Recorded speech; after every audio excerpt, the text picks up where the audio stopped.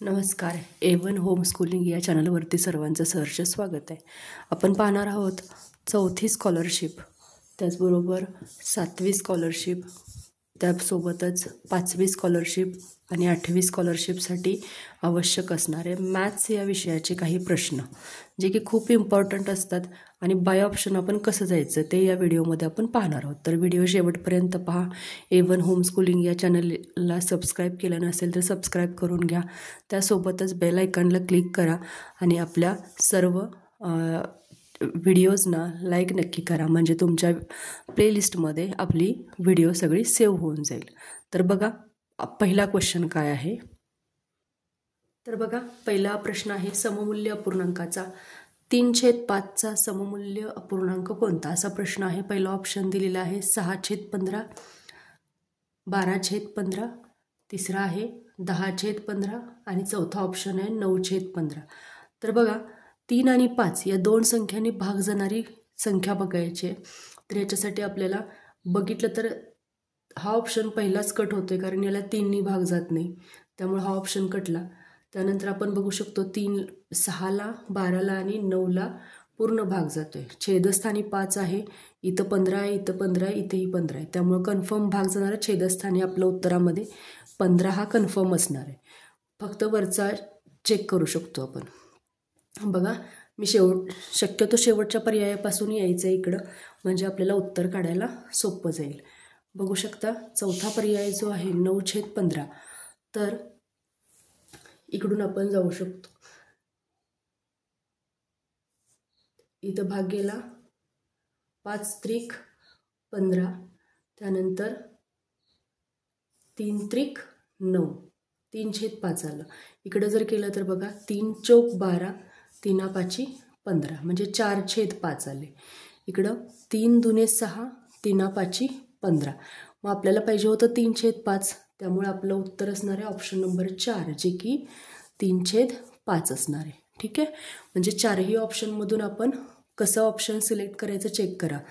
2/5 पण अंशामध्ये 3 आहे, त्यामुळे हा कटला. 4/5 अंशात 4 आला, इथं आपल्याला 3 पाहिजे, त्यामुळं होऊ शकत नाही. म्हणजेच 3/5 सममूल्य असणारा येणार आहे 9/15. याने पूर्ण भाग गेला, त्यामुळे उत्तर आपलं आलं ऑप्शन नंबर 4, 9/15. 3/5चाच सममूल्य अपूर्णांक कोणता येणार आहे? 9/15. हे आहे आपलं आन्सर. या पद्धतीचाच अजून एक प्रश्न आपण बघणार आहोत.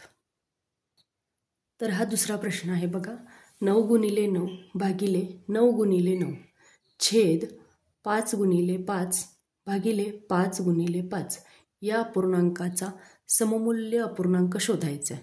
तर सेम मगाच्या पद्धतीनंच आपण सॉल्व करू शकतो.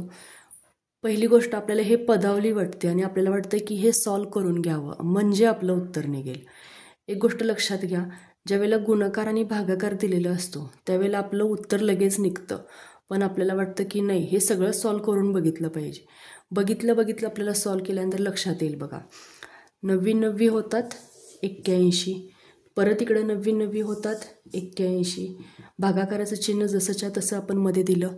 त्यानंतर आपण घेतलं 5×5 25, छेदस्थानी झाले 25 भागिले परत 5×5 25. मग एक लक्षात घ्या, दोन संख्यांचा इथला भागाकार काय येणार आहे?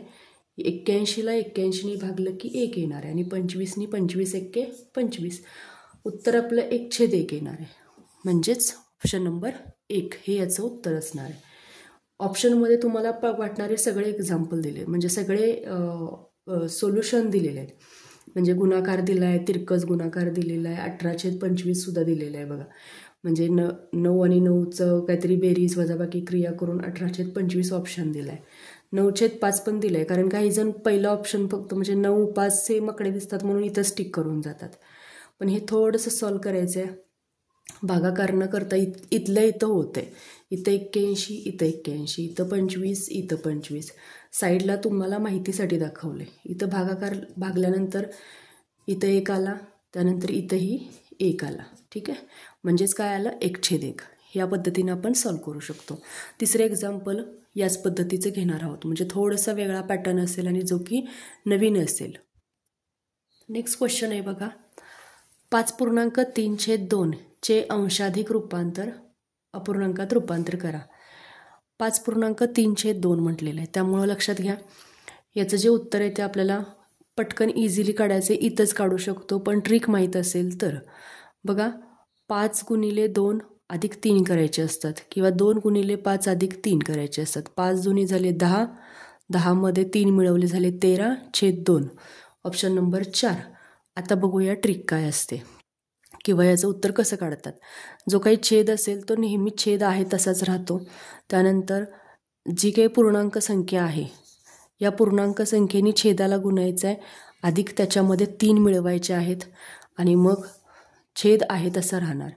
म्हणजेच होणार 5 दुने झाले 10, 10 + 3/2.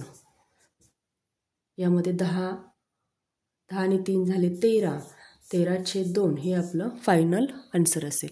म्हणजे इथं लक्षात ठेवा, इथंच ट्रिकनी आपण आन्सर काढू शकतो. ह्याचं प्रॅक्टिस जेवढं जास्त कराल तेवढं क्विक आन्सर निघतं. पहिलं ऑप्शन फसवण्यासाठी बघा 5 2 अंक दिलेत आणि छेदात 2 म्हटले. 11 म्हणजे काय, या सगळ्यांची बेरीज केली आणि 11/2 म्हटले. 15 म्हणजे इकडे सगळे अंक दिलेत त्याच्यामध्येच परत 5 ॲड करून (2) म्हटलेलं आहे. ऑप्शनला न फसता ही ट्रिक लक्षात ठेवली, थोडे एक्झाम्पल सराव जास्त केला तर तुम्हाला याचा फायदा नक्की होईल. तर नेक्स्ट क्वेश्चन यातलाच बघूया, अंशाधिकमध्ये कसं रूपांतर करायचं आहे. तर नेक्स्ट क्वेश्चन याच पद्धतीचं असणार आहे बघा. 3.4/7 अंशाधिकमध्ये रूपांतर करायचं आहे. पहिला छेदामध्ये चेक करायचं. काही वेळेला उत्तर न सोडवता सुद्धा आपल्याला उत्तर सापडतं. छेदामध्ये 7 सगळीकडे आहे का चेक करा. इथं नाही आहे म्हणजे हा पहिलाच कटला, कारण छेदामध्ये इथं 4 दिलेला आहे त्यामुळं हा कट झाला. आता त्यानंतर जावा मगाच्या ट्रिककडे. 3 × 7 + 4 करा. 7 त्रिक झाले 21, 21 आणि 4 झाले 25, 25/7 ऑप्शन नंबर 4 मध्ये दिलेला आहे. कसं करायचं आहे बघा. पहिल्यांदा 3 हा पूर्णांक संख्या घ्यायची आहे, त्यानंतर छेदस्थानी जो अंक आहे त्यांनी गुणायचा आहे आणि अधिक अंश करायचा आहे आणि छेदस्थानी पुन्हा जो काही छेद असेल तो घ्यायचा आहे.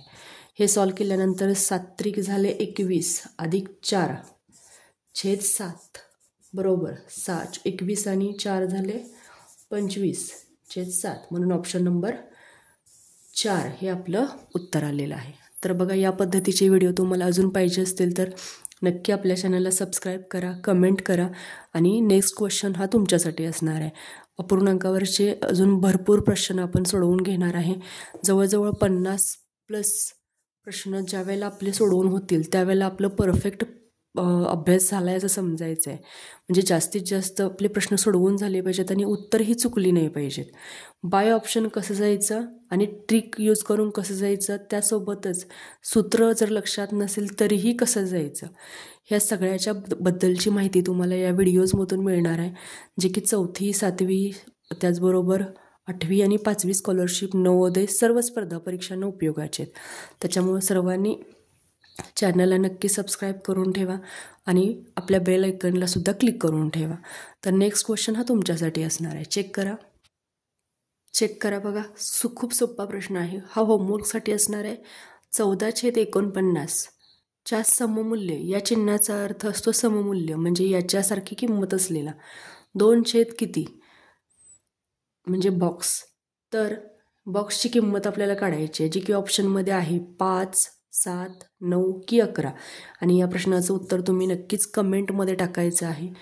त्यासोबतच अजून जर व्हिडिओ हवे असतील तर नक्की लाईक, शेअर आणि सबस्क्राईब करून ठेवा. लाईक केल्याने व्हिडिओ तुमच्या प्लेलिस्टला सेव्ह राहतो, त्यामुळे नक्कीच या आपल्या चॅनलला सबस्क्राईब करा. धन्यवाद.